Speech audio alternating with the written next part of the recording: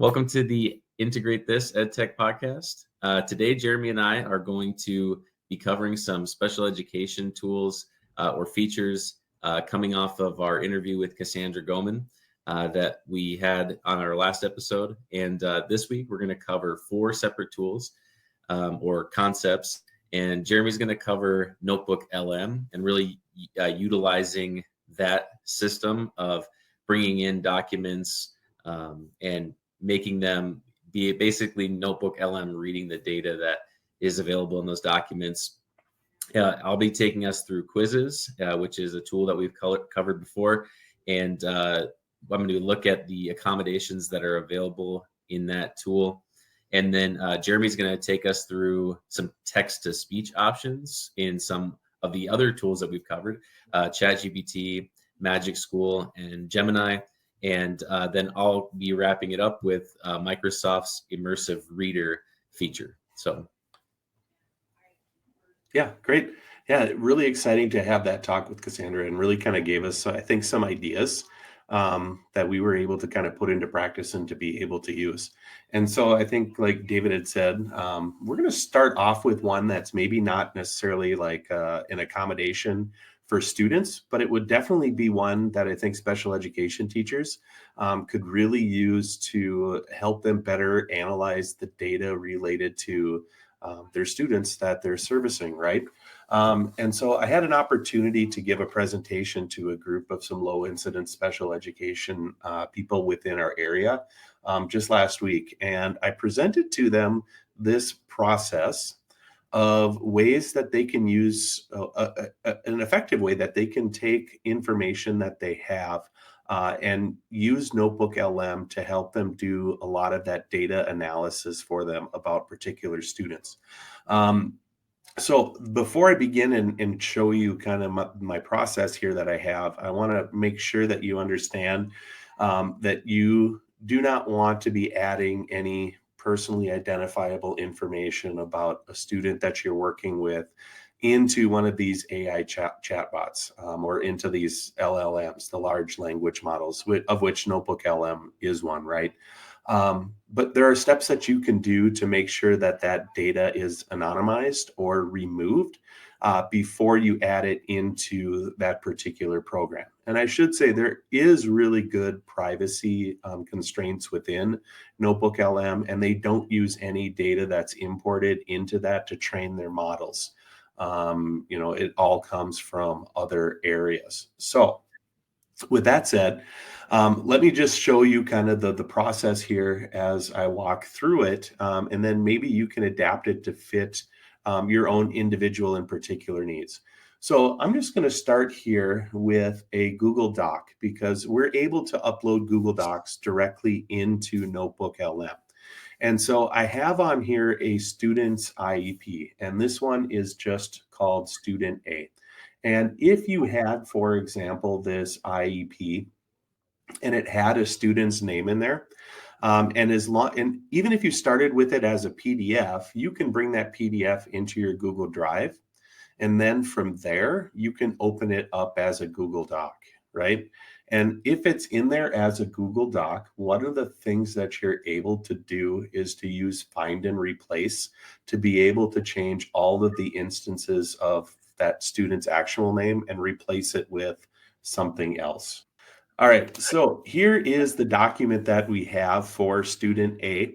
And if it did actually have that student's name in there, there's a helpful way once you get your IEP into Google Docs. And so if you started with it as a PDF, you can save it to your Google Drive, right? And maybe it already is saved to your Google Drive, and then choose to open it from there in a Google Doc.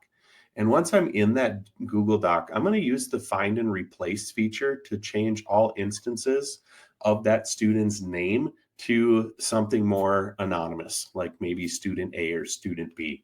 So if I'm in here, I'm going to hit Command F, which is going to open up my find and replace tool. So if I want to change every time that it says student B in this particular document, and I want to change it to something more anonymous, I can choose that 3 little line drop down, and I can choose to replace that with perhaps student A. And I want to do it not just this one time, but all times. So if I click replace all and then close the window, you're going to see that all of the times where it said student B, it now says student A.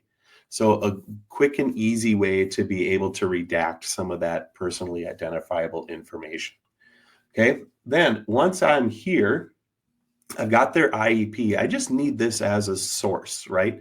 That the data is going to analyze against, and it's going to be included in NotebookLM. And I'm going to show you where to add that here in a moment. All right, so let's go back then to the other items that you see on my little flow chart on this particular page. The next one that I have on there is a Google form. So, right, I created weekly progress monitoring about student A in a Google form, like they would send out to their regular ed teachers to try to gather performance data and progress data about how that student did that particular week in their classes based upon the goals of their IEP. Now, this might be something you already have, right? So if you already have this and you've already collected your data that you want to analyze against the IEP with, you're probably skipping this step here. But I just wanted to include it just so that you're aware. If you didn't have that particular data, you could go through and you could collect it using a Google form. And then, of course, that data is going to be sent into a Google Sheet. So the next thing here that we would have then is, what does that data look like in your Google Sheet? So I'm going to then open up this particular item, and I have it already open here in this tab as well. And you're going to see that all of the data that was entered into here under the different columns, and you're going to see that it's all broken down by teacher A, B, C, D, E, F. I even anonymized that part of it as well. And it collected it for 4 weeks. I just said it was the month of October, right? So you're going to see all sorts of different types of scores that are in there. Now, the next thing that you're going to need to do is to export this data out as a PDF.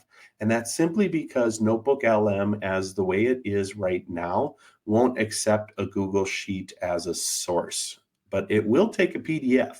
So if I go to File and choose Download, I can choose PDF as one of those items, and you'll see it's going to bring in the data exactly as it looks.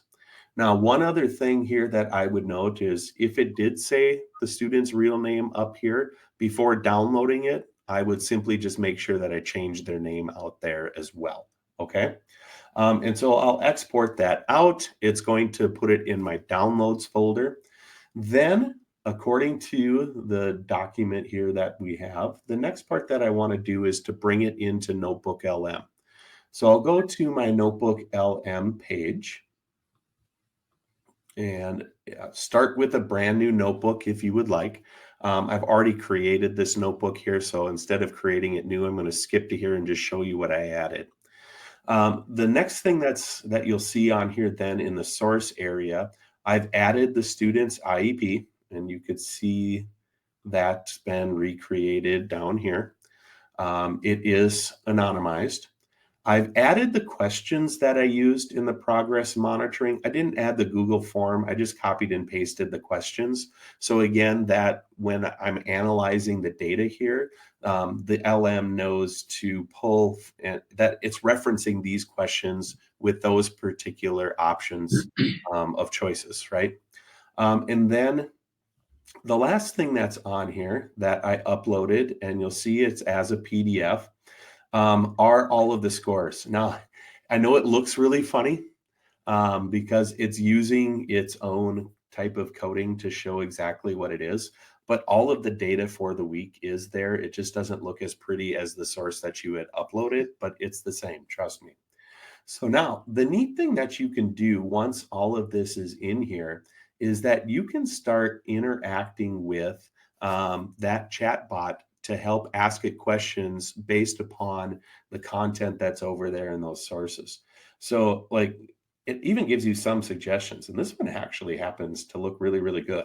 And it says, how effective are student A's IEP goals in addressing their specific learning needs? So let's ask it this question and let's see what it comes up with.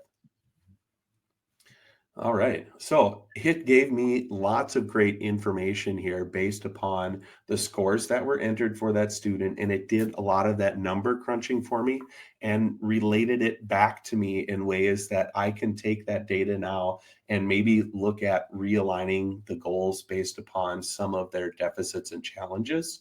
It's giving me some some of the measurable outcomes were, including that they were able to summarize the main idea with 80% accuracy in their reading, which is like, hey, you're making great progress there. Maybe not as good in math. So maybe then, when I have that student pulled out and I'm working with them, I might focus on some of those goals with them. And you can go through and you can see that there's a lot of other different types of data and stuff that gets added into there.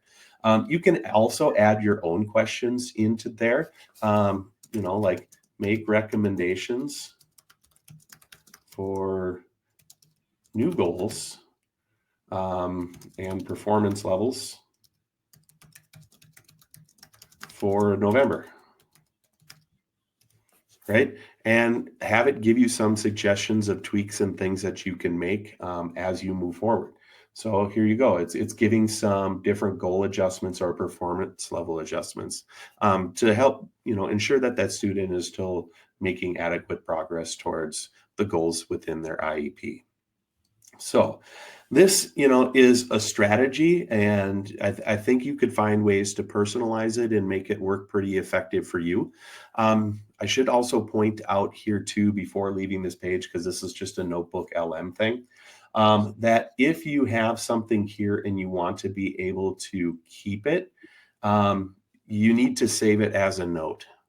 If you don't save it as a note and then you leave this screen and go away, or close the application and come back again, your interactions in the chat get lost. So if I want to keep those, I click that save to note and it moves it over here into my notes, right? And if I choose this one too as save to note, I'll just show you one other thing you can do here, because this might become then a source that you're going to want to use for the next month, the month of November. So if I have my note here, you can convert the notes to sources. So then it brings it in and it puts it over in the source column. And now I can ask questions against that particular source too.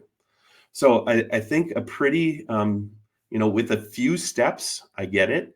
But you can really use the powers of NotebookLM, I think, to really help you with some of that data analysis that we know is a big time consumer when it comes to teachers in general, but I think special education teachers in particular.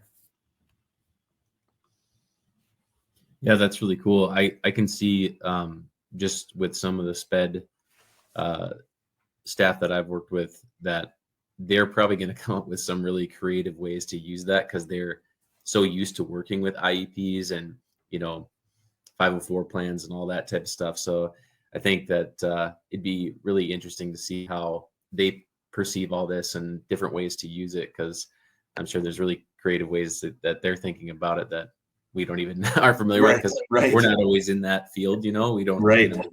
So, but I think the concept is decent, right? I think that you could take it and really personalize it and apply it to whatever your unique situation is.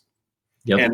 And with whatever type of data you have. I know not every special ed teacher, it works directly in with that. There's a lot of low incidence people, that work more one-on-one with students, right? And that collect data based upon different other things. But I think the key thing is there's always data in special ed that needs analyzing. And I really think that this is a time-saving tool when it comes to that. And I know you've covered NotebookLM in one of our other videos, which gives a little bit more insight into the different things that are in there. But I think what's interesting too is how when you're taking those documents, like they could also pull extra exemplar, pieces that are being used. So like if one of those data areas where they're not really students not meeting their goals, right? They could maybe look at other documents and pull them into NotebookLM to get some more ideas from and pair it with some exactly. you had in your sources already. Exactly. So, okay. All right. So I'm going to take us through Quizizz we covered quizzes before. Jeremy and I made some lessons, and we focused on how to build lessons. And one thing that really fits with what we're talking about in today's video is the accommodations piece. So Quizizz has already, done some work here and thought ahead that we do need to have accommodations in these programs. And so on the left-hand side here, you'll see there's this accommodations button. And this will allow you to add accommodations to students, and it will actually register that that student will need those accommodations for anything that you create. So I want to just take you through how, when you're in Quizizz and you want to get accommodations out to students, one of the things you have to do first, right, is to actually make sure that the students are in your class. So what I want to show is, firstly, how to, when you create a class like this one here, example, which you can just click create a class and type it in there, or you can import from Google Classroom as well. As you can see, I have one here. But let's just take this example one. And what we're going to do is click add a student. And for this example, we'll just copy the link. And I'm going to go over to our student side here. And we're going to put in the link. We'll just do it from right here and load it up. And then you can see this is what the student would see just to join the class, right? So we'll get them in. You can do like your parent or guardian address, but it's optional. And then we're just going to join the class. And then this is where the student would kind of wait. So we'll come back to this area in a minute. And right now, what we'll do is we're going to go back here for a second. And you can see now that we've got one student in this class. Okay. And they'll be listed down here. Now, when it comes to the accommodations side, what we would do is we can click on accommodations, and we can actually select for whole classes or for individual students. So if you wanted to, you could do select all for all classes, or you could be specific, right? You could say, well, I want accommodations for this whole class. Maybe you have, for certain activities, maybe you have more than one student that needs the same accommodations. So you could always do that too if you want to. For our example, what we'll do is we're just going to select the individual student, which is the one that you just saw where I joined. So we're gonna choose this. And what you'll notice is that on the right-hand side here, you have all your accommodations listed. Now, I'm in the free version of Quizizz, and so there are some limitations for what accommodations are available. The basic accommodations are available in the free version of Quizizz, and what those include are your read-aloud. And we'll add these in. Extra time for questions, adjusting, if you're doing like a quiz, do they get an extra minute? You could put that in there as 1 minute, right? We'll do a read aloud, and they actually get brought up to the top here once you've selected them. And then let's say we want to allow this student to have maybe unlimited attempts at it, right? So then what you can see is in this little window, here's our current accommodations. The advanced accommodations, there's definitely more that you can do with the paid version. I'll show some previews of that once we're done looking at this. But basically what we have is we've checked our student, and we have current accommodations set for that student.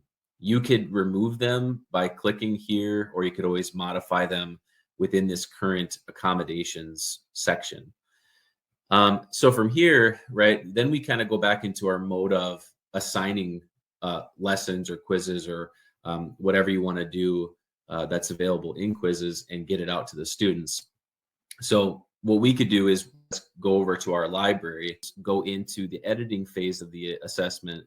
And before I get it out to the student, there's this process of, after we set up the accommodations, we're going to assign it to the students. And that's kind of when the accommodations will kick in.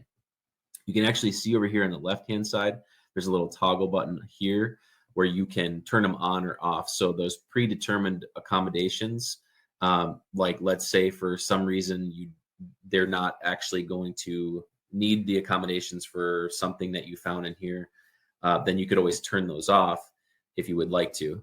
But when you go over to your assign area, it's going to bring you the final window before we push it out. And here we've got accommodations on, and you can edit options from here. So if you needed to add another student or a class or something like that, that's fine. But I just want to show what happens if we select a class, just so we can register that there is a few. Once we hit done, you can now see here 1 of 1 students have accommodations. So essentially what's happening is once this class is chosen to assign to, it's registering that there are already accommodations in place. And again, you could always turn them off here again, if turn them off or turn them on. And what's nice is that if you had more students in the class, right, if you select the accommodations for those students, what will happen is this will reflect that. So if I had Jeremy in my class as well, because of my setup, when I go to my accommodations area and I'm in here, if Jeremy is in this class as well, and he's not checked, he won't receive the accommodations. So in other words, right, I would leave him on for David, and then Jeremy would not receive those. And then what we would do is in our assignment area that we just were at, this would be reflected here. And when we assign the example class, then what it would say is it would say 1 of 2 students have accommodations. And those accommodations are specifically for that student that you checkmarked. So Jeremy, when he got the quiz, he wouldn't get the read aloud, wouldn't get the extra time and the unlimited attempts that are available with those accommodations that we set up. So you can see here too, just in a general sense, there are other settings that you can put in here.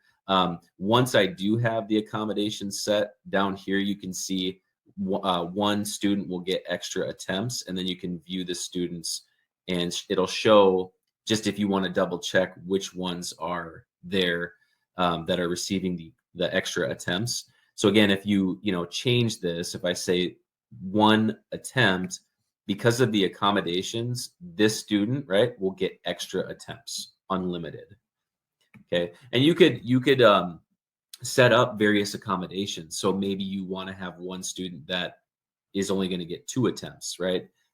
You could decide that in your accommodations area and check that. And then when you get over to here, you can view what are those accommodations for those students. And then here you've got the extra time one as well.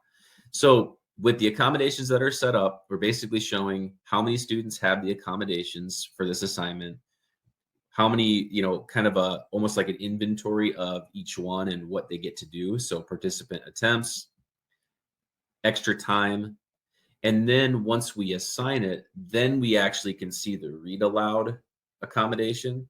So we'll assign this, this quiz on Code Talker.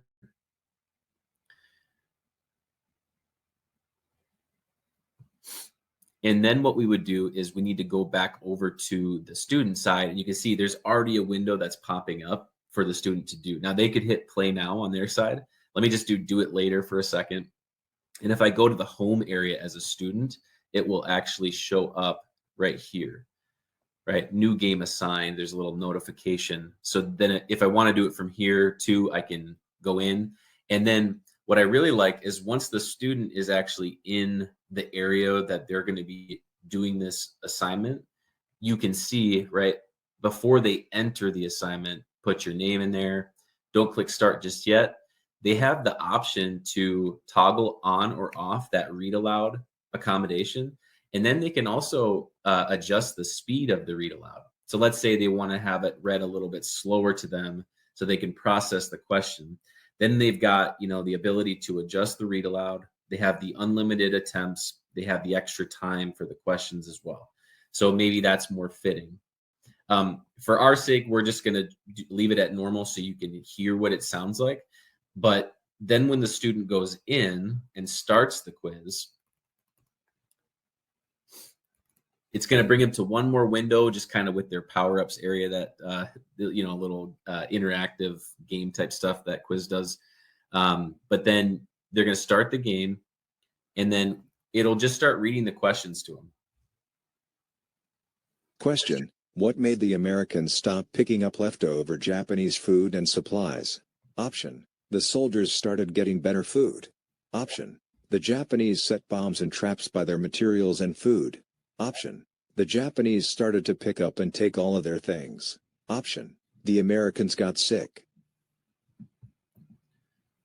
Okay. So this is where we can just have it, it's going to read for us. Question: which one of Ned's friends was thought to be dead but later came back alive? Option: George. Right. So you get a picture of the read aloud and the, like extra attempts and stuff like that. This is where the student is going to be engaging with the content with those accommodations in place. And as I mentioned, like for other students, like if Jeremy's in the class, we can do all this in one area where we can then release the assignment, and the accommodations will fit the students that they're supposed to fit. And there won't be anything, getting in the way of Jeremy. If he doesn't need the accommodations, he'll still be in the class and he'll get the regular settings that would occur. Now, if you want to get something like the premium version of Quizizz, you could. What would be available in there then is a number of other accommodations. So you can kind of weigh like what is worth it to you in your for you as a teacher. But if we click on preview all accommodations, these are the free accommodations that we just went over. Then you've got some other ones that I think are worth pointing out. So you have the redemption question. So this gives them another opportunity. If they get it incorrect, it gives them another opportunity to take a like question.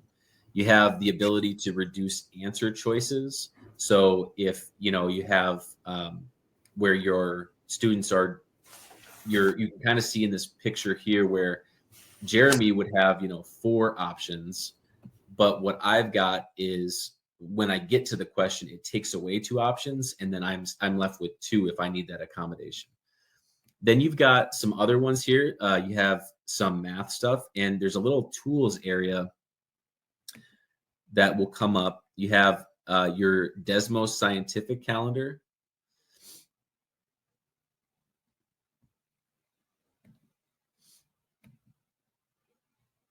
And you have your Desmos graphing calculator. Looks like it's taking a little bit there to process, but okay, so there's your scientific, and there's the graphing that you saw. So those are little tools that are actually that you can see. There's that little pop-up in the bottom of the question. So what this means is that it's once the student is already in the assignment, these are things that are made available to them if they need them. So, and then you've got some reading support stuff, which is actually pretty impressive. You have reading mode. So you have this basically it's taking the text from here, pulling it into this other window where you can adjust the different sizes of the font. You can adjust the window.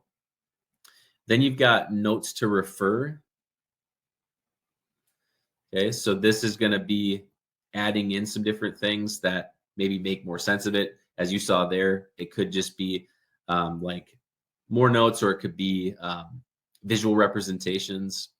Then you've got translate, which will automatically translate into whatever accommodation you've set up. So you will choose in the accommodations area, you can choose what the language is. So when the translate comes on, it will automatically do that as well. So that's something you can set up ahead of time.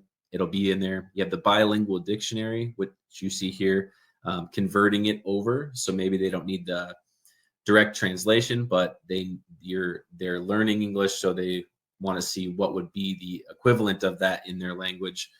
You have dyslexia font, which is nice, kind of separates things a little bit more with space. You have the ability to adjust font size if they need a larger font. You have font spacing. And then here you just have some learning environment ones, like not showing the leaderboard or turn off sound effects. But I think more important to point out is some of these accommodations from our basic to our reading, math, question settings, all of that. So there's a lot available. And I think Quizizz has done a really nice job providing accommodations, even just in the basic area. So